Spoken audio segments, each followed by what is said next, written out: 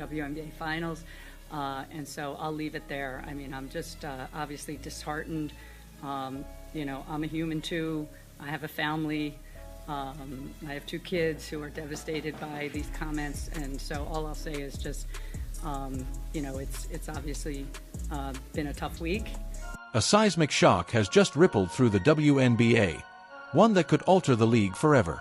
3 of its brightest stars, Sophie Cunningham, Caitlin Clark, and Lexie Hull, have reportedly inked monumental deals with European clubs, sending the organization into full crisis mode. This isn't a routine off-season headline. It's a turning point that challenges the very core of women's professional basketball in the United States. A moment that historians may one day identify as the crossroads that determined whether the league evolved or unraveled. The scale of what's happened can't be overstated. Caitlin Clark, fresh off a record-breaking rookie campaign that shattered attendance marks and brought unprecedented national attention to the sport, leaving now is symbolic of something much bigger than a roster move. It's an indictment of the league's entire financial structure. Sophie Cunningham's exit, one of the WNBA's most marketable and charismatic figures, sent tremors through sponsorship and marketing circles. And Lexie Hull, a young talent seen as part of the league's future, stepping away before reaching her prime, signals that this crisis runs deeper than veteran frustration. Whispers of discontent had circulated for months before they suddenly erupted into a deafening storm. Rumors gave way to reports of secret meetings, and then, without warning, came a joint announcement that blindsided fans, executives, and analysts alike. Sources familiar with the matter revealed that talks had been underway for months, handled quietly by powerful international agents who specialize in negotiating major overseas sports contracts. The first public hints appeared during late summer when sharp-eyed fans noticed cryptic posts from the players about new chapters and fresh beginnings. At first, they seemed like vague off-season reflections, until the truth surfaced. Behind the scenes, European clubs were sending representatives across the Atlantic, meeting players in private suites and quiet restaurants, presenting offers that dwarfed anything available stateside.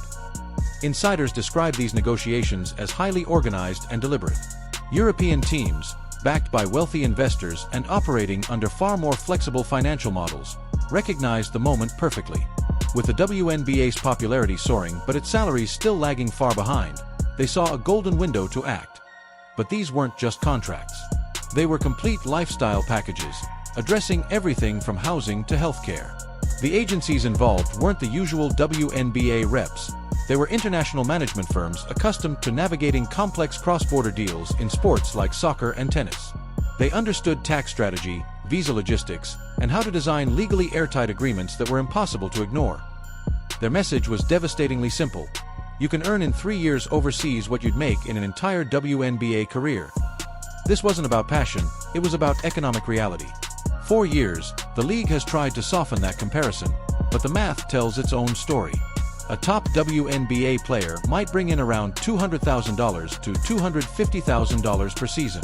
In Europe, contracts can double, triple, or even quadruple that figure, and that's before counting benefits. Add in luxury apartments, personal vehicles, free travel, healthcare, and sometimes even jobs for family members, and the contrast becomes staggering.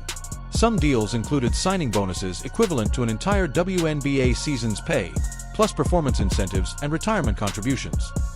Once taxes, agent fees, and living costs are deducted, many WNBA players take home barely half of their salary, often less than $100,000. Many supplement their income by hosting camps or off-season clinics.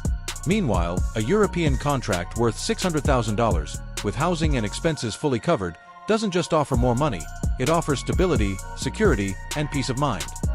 The emotional strain of that disparity has been building for years. Players have privately described the anxiety of living one injury away from financial ruin, even as league revenues and viewership climb. They've expressed frustration at watching male peers earn more in a single season than they might in a lifetime, despite similar dedication and skill. While franchise values and media deals have improved, the league structure still heavily favors owners. The salary cap keeps teams from competing financially with overseas offers, even when they want to.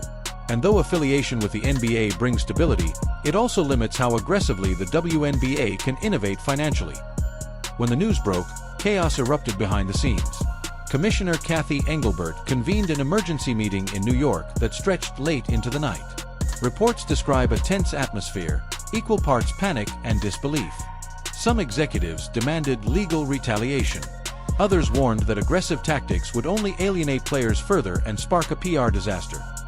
Lawyers cautioned that the league's legal options were weak, while WNBA contracts restrict playing for other teams during the season. Preventing players from leaving entirely for overseas leagues would be nearly impossible to enforce. Any legal battle could expose vulnerabilities in the league structure and backfire badly. Financial advisors were equally blunt. The WNBA simply couldn't match those European figures right now. Some team owners were open to increasing pay, but others, especially smaller market franchises, couldn't sustain it. Public relations experts presented grim choices. Attack the players and look punitive. Stay silent and appear weak. Promise change without action and look dishonest. There was no good option, only damage control. Team owners, joining via video conference, were deeply divided.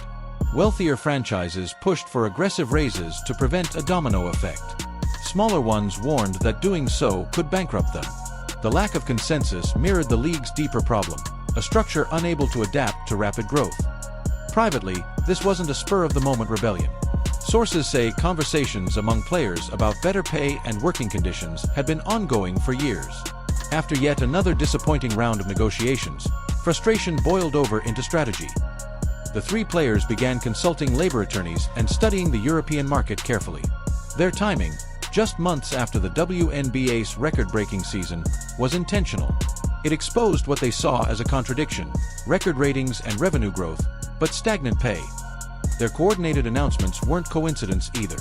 They released statements within hours of each other, backed by PR experts, to frame the move as a push for fairness, not betrayal.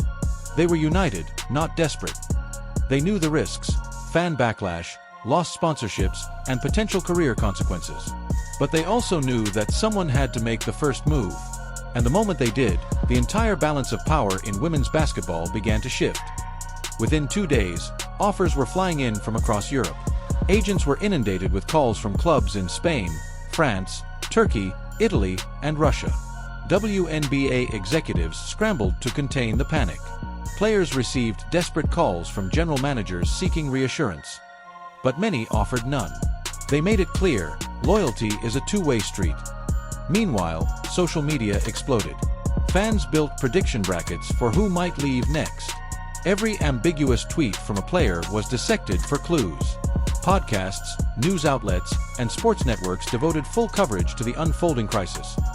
Broadcasters who'd invested in new WNBA TV rights demanded emergency meetings. Sponsors worried their star ambassadors might vanish overseas, leaving million-dollar campaigns in limbo.